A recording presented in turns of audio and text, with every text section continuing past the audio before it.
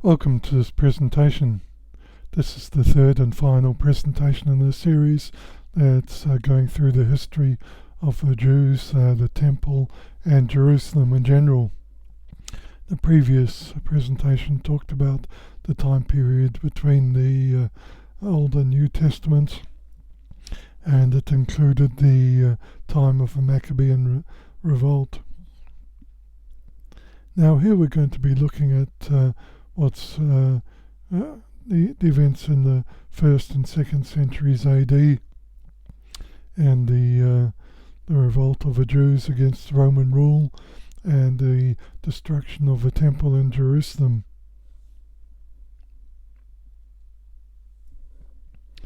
Now in 66 AD the revolt is initially successful. Now after the Maccabean revolt 200 years earlier, the Jews were inspired to think in terms of rebelling against their oppressors, and so this became part of their psyche, their self-belief that they could overthrow these nations that were ruling them. Now this revolt began in 66 AD in Caesarea, provoked by the desecration of a local synagogue by the Hellenists, with which the Greek-speaking Roman garrison did not intrude. In an act of defiance, the son of a high priest, Eleazar ben Hananiah, ceased prayers and sacrifices for the Roman emperor at the temple, and subsequently led a successful attack on the Roman garrison stationed in Jerusalem. The pro-Roman king Agrippa II and his sister Bernice fled to Jerusalem to Galilee, where later they gave themselves up to Romans.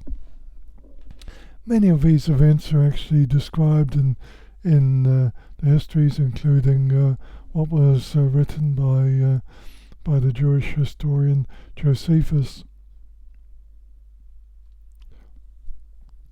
So the Roman ruler Cestus Gallus, ruler of Syria, marched an army into Judea in order to quell them, and his career was everywhere marked with blood and desolation. As he proceeded, he plundered and burnt the city of Zebulun, Joppa, and all the villages which lay in his way. At Joppa he slew of the inhabitants 8,400. He laid waste the district of Nabatene, and sending an army into Galilee slew 2,000 of the seditious Jews. He then burnt the city of Lydda. The Jews, however, pursued him as far as Antipatris, and with little loss to themselves slew from his army nearly 6,000 men. After this disaster had befallen Cestius, many forsook Jerusalem.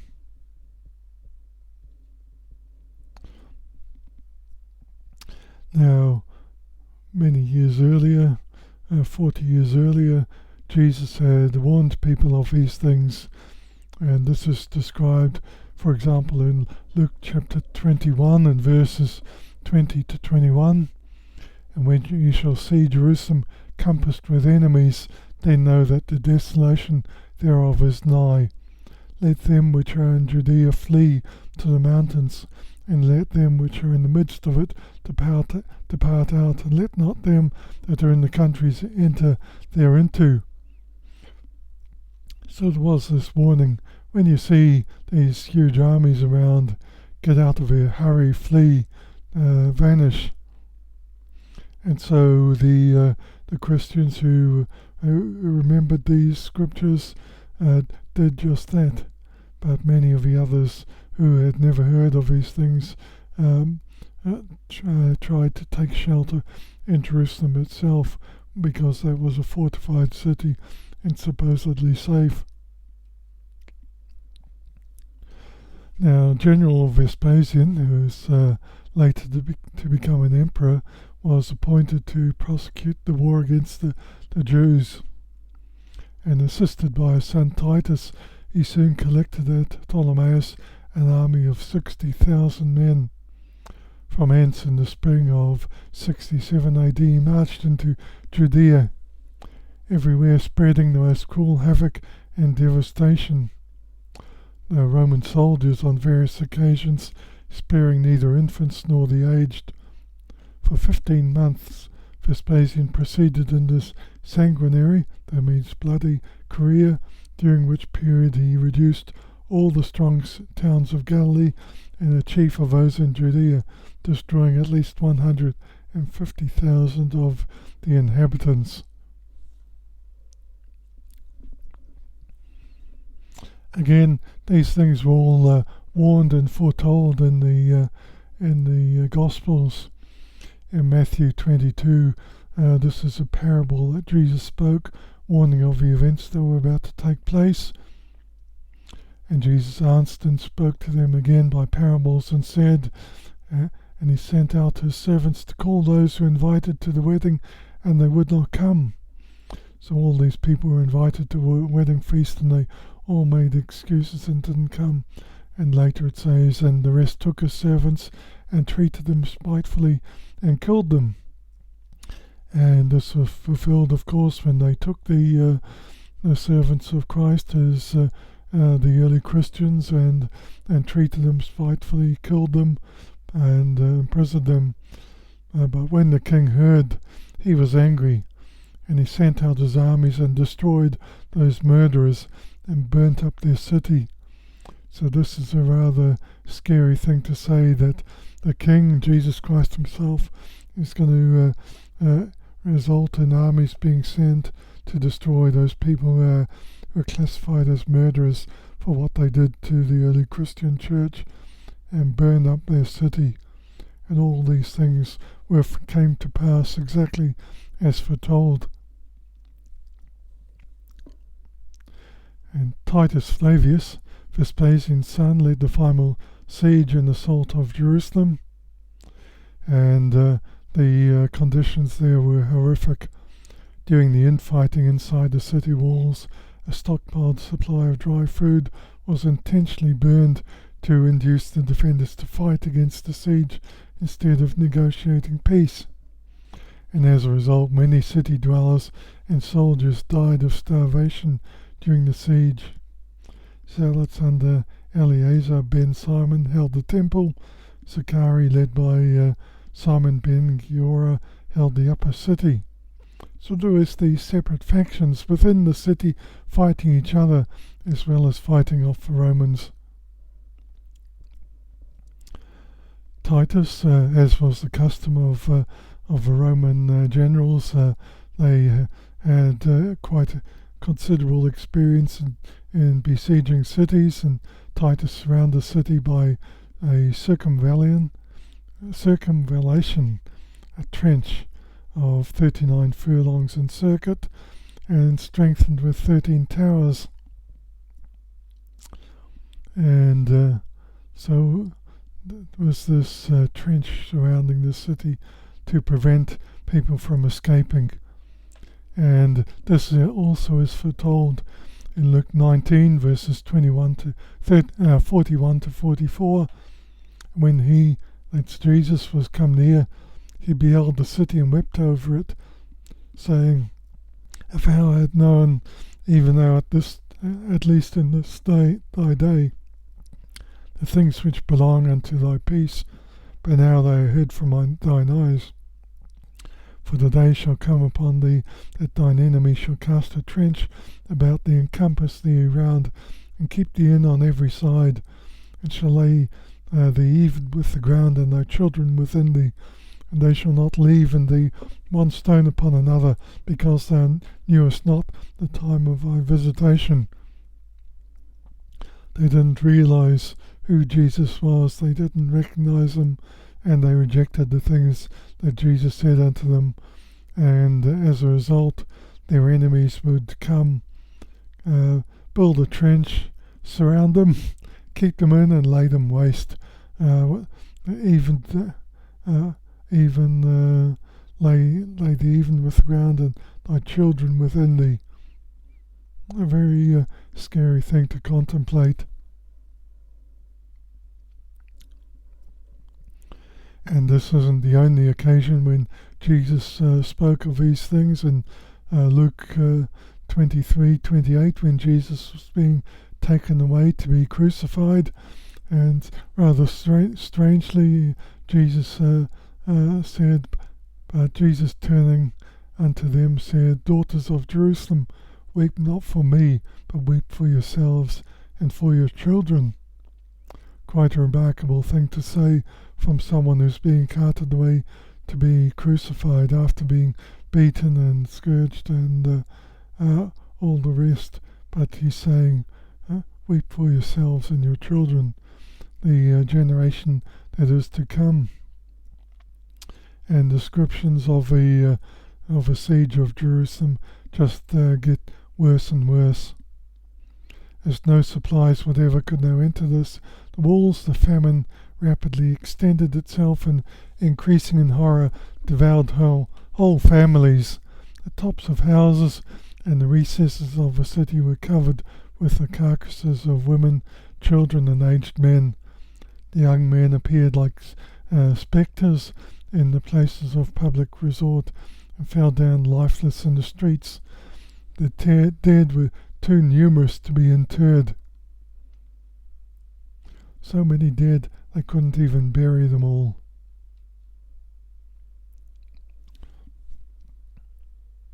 Again, foretold many times over in the Gospels in Matthew 24 verses 1 and 2. And Jesus went out and departed from the temple, and his disciples came to him to show him the buildings of the temple. And it was an amazing building that had been constructed over a period of 46 years, initially started by Herod the Great. And Jesus said unto them, See ye not all these things? Verily I say unto you, there shall not be left here one stone upon another that shall not be thrown down. All these marvellous buildings, these great stones, they're all going to be overthrown. All the things were foretold, and all these things came to pass during the siege of Jerusalem around the 70 AD period. Also in Matthew 24 verse 21 it says, For then shall be great tribulation, such as was not since the beginning of the world to this time, no, nor ever shall be. In Matthew 24 and Luke 21 and Mark 13 you need to put together carefully to piece together what parts are talking about the fall of Jerusalem and what parts are talking about the end of the age. But this is quite clearly, when you put it all together correctly, this is talking about the fall of Jerusalem. It's not talking about something yet to come. It's according to Josephus, 1,100,000 people died in Jerusalem, inhabitants of a city and from surrounding regions. Many died of starvation or were crucified when they tried to escape. And modern historians try to cast doubt on Josephus's number, but whatever the exact number is, a huge number of people died, and this was a horrific occurrence.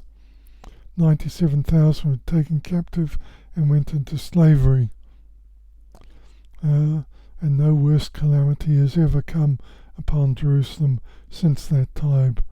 Many other things have happened.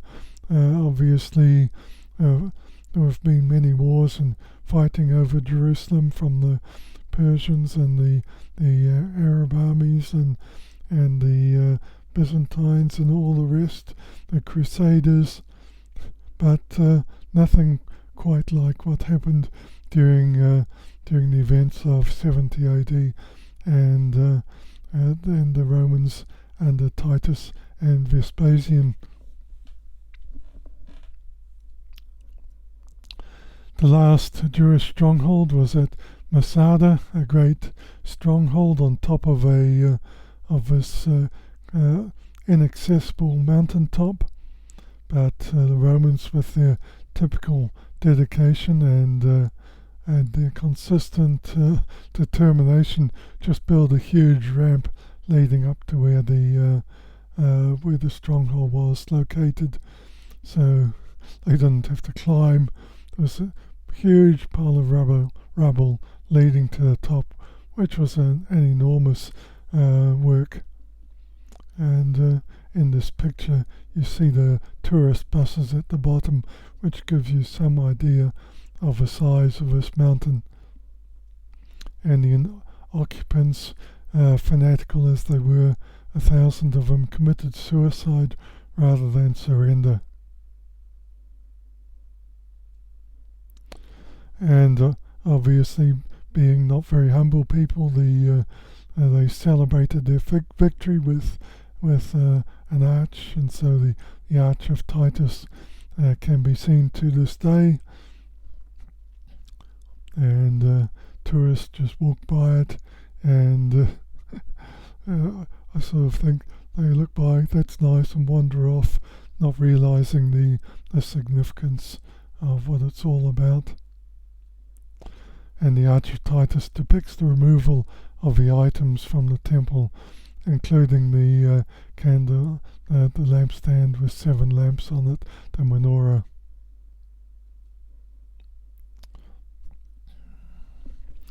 And again, going back to the Gospels and the things that Jesus said about what was going to happen. Luke 13, verse 34, O Jerusalem, Jerusalem, which kills the prophets and stones them that are sent unto thee, how often would I have gathered thy children together as a ham does gather her brood under her wings, and you would not. Behold, your house is left to you desolate. And verily I say unto you, you shall not see me until the time come when you shall say, Blessed is he that comes in the name of the Lord. So their house, that is Jerusalem, was going to be left to them desolate.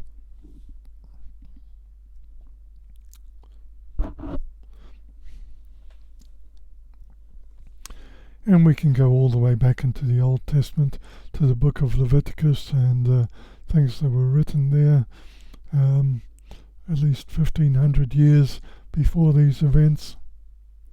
And the Lord saying what would happen as a result of disobedience.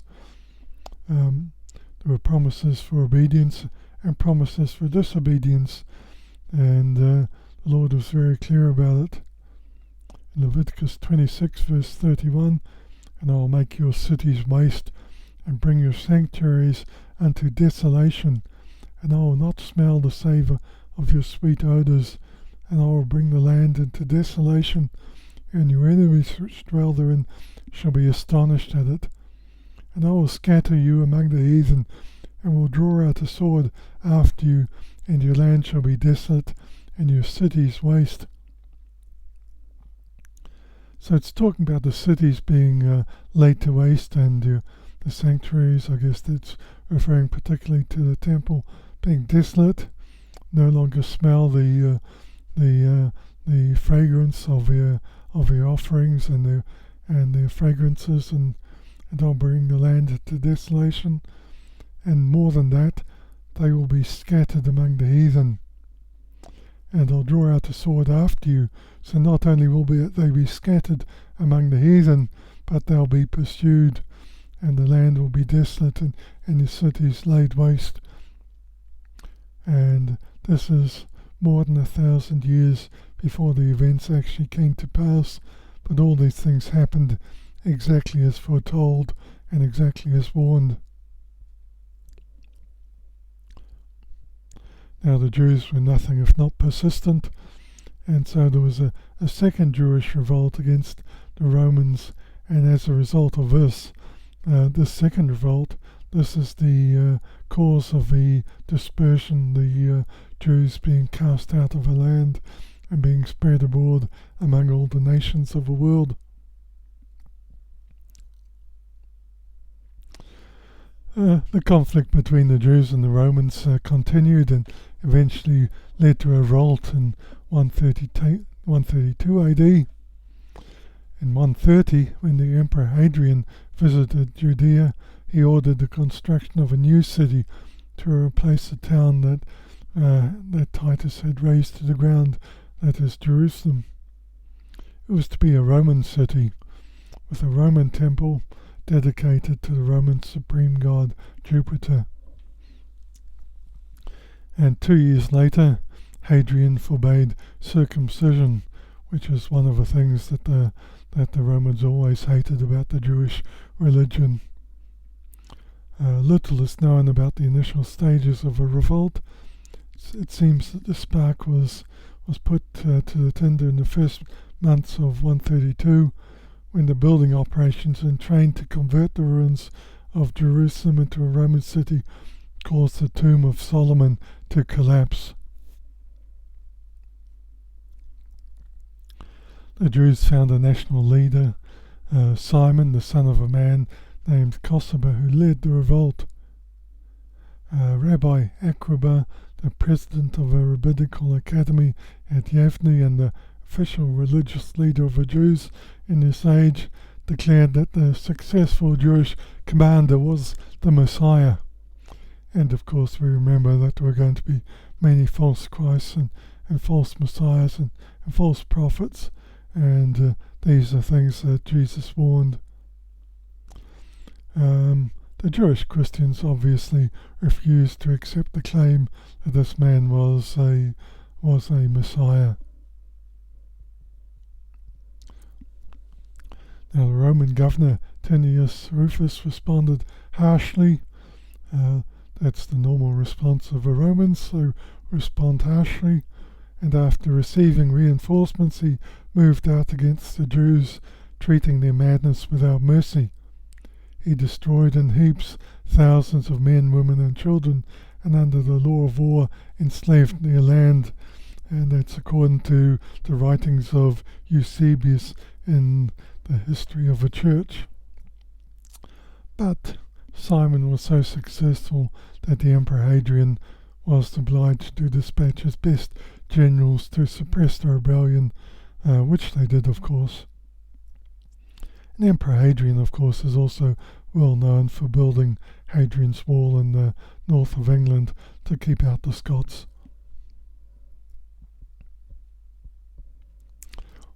After the Jewish revolt was defeated, Hadrian tried to root out Judaism. And the picture on the right depicts Hadrian killing a Jew. So there's no political correctness in those days. They celebrated the things that they did. He forbade the teaching of the Mosaic law. You're not allowed to teach from the Old Testament law anymore. Judea was renamed Palestine, and this is where the name Palestine comes from. It was never called that before.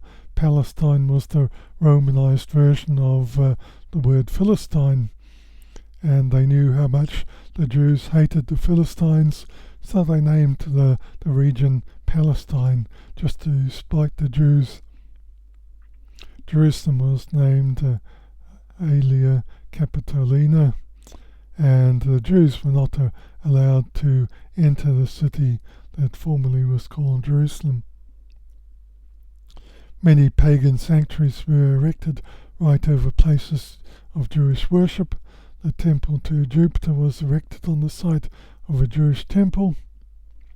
Hadrian's equestrian statue being placed in the Holy of Holies, and before the southern gate of the city the Romans erected a marble statue of a pig, which obviously wouldn't go down well with the Jews at all.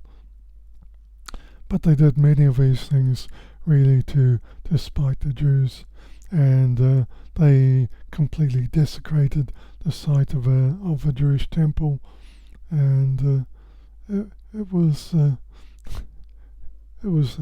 deliberate act, and with knowledge and malice.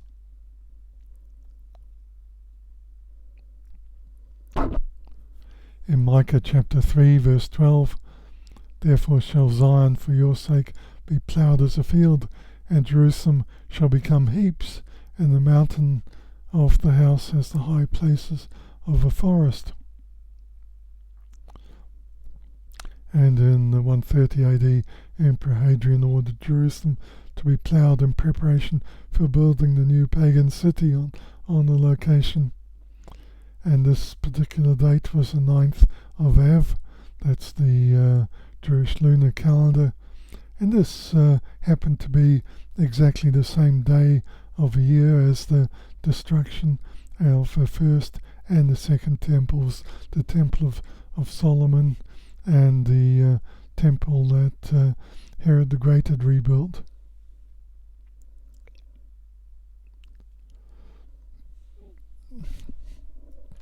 Coming back to the Old Testament, Deuteronomy 28, the Lord shall bring a nation against thee from far, from the end of the earth, as swift as the eagle flieth.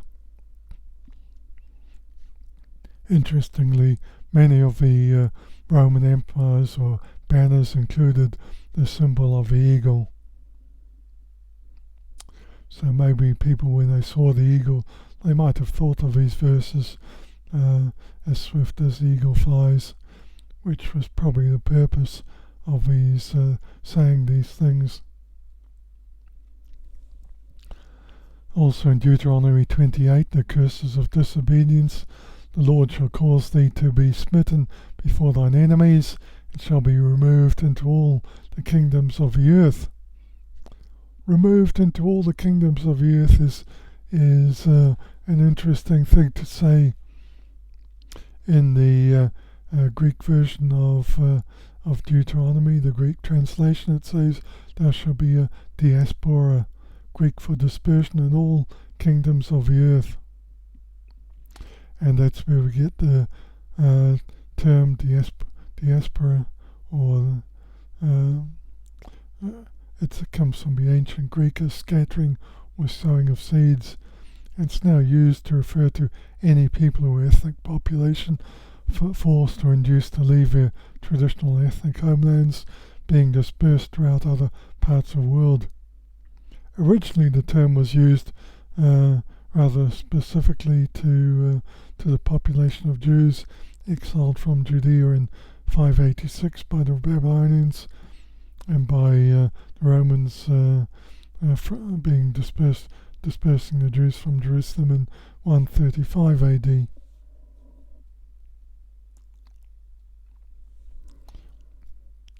And again, Deuteronomy 28, the results of disobedience are, if you look at the verse number 62, we've only read some of the consequences, but verse 62, "And you shall be left few in number, because thou would not obey the voice of the Lord thy God.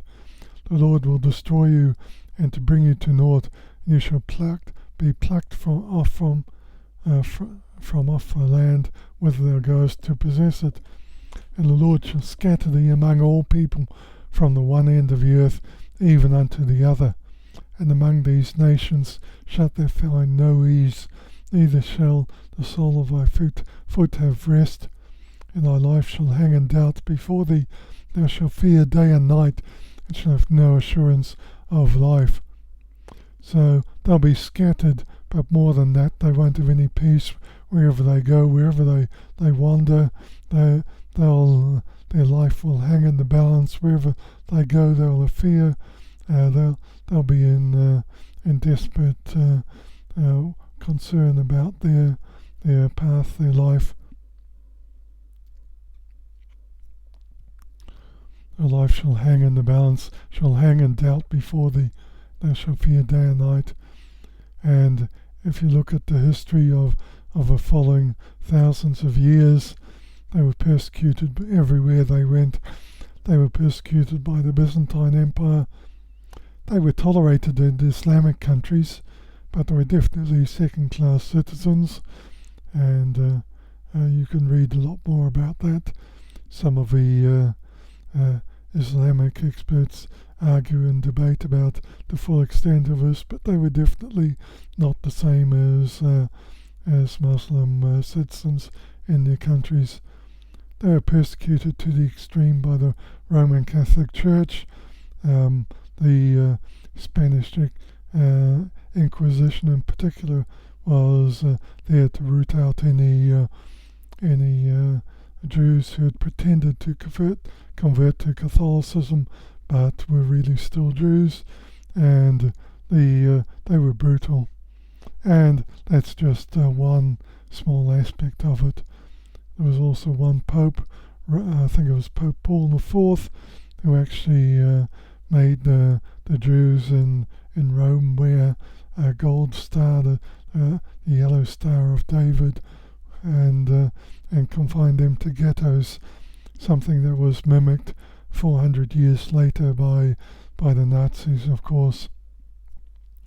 They were persecuted and expelled from Spain, from England, from France, from Germany. You name almost any country, you can find examples of how they were persecuted and expelled, persecuted by the Russian Tsars. And of course the most extreme of a lot would be the Nazi Holocaust. And yes, the Holocaust really did happen.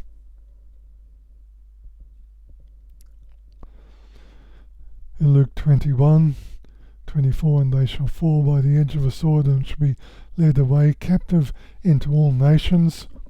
So it's not just one verse in the Bible that we've plucked out of nowhere. There are many verses that talk about these things. Are led captive into all nations, and Jerusalem shall be downtrodden of the Gentiles until the time of the Gentiles be fulfilled.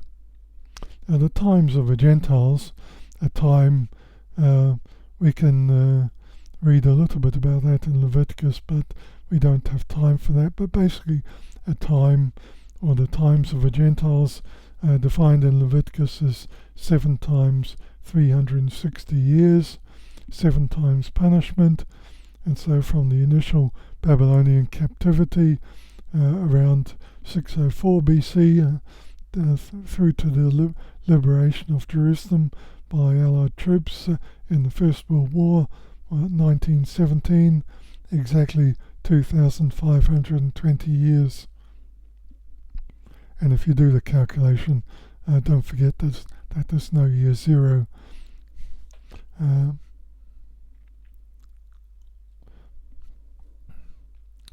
Now in Isaiah 48 and verses 3 to 5, the Lord is reminding people and saying that He is the one that foretell these things.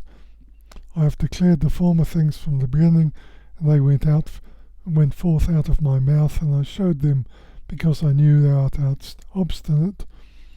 I have even from the beginning declared it to thee. Before it came to pass, I showed it thee, lest thou should say, mine idol hath done them, and my graven image and my molten image has commanded them.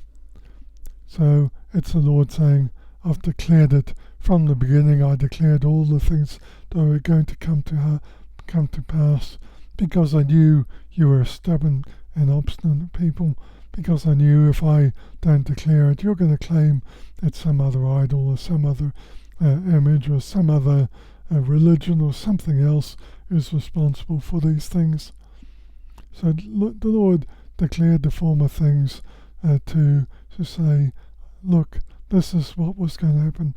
The Lord knew from the beginning all these things, and nobody else can take credit for the events that have happened. Well, thank you for listening to this presentation and getting all the way through to the end. Bible prophecy is a very interesting subject.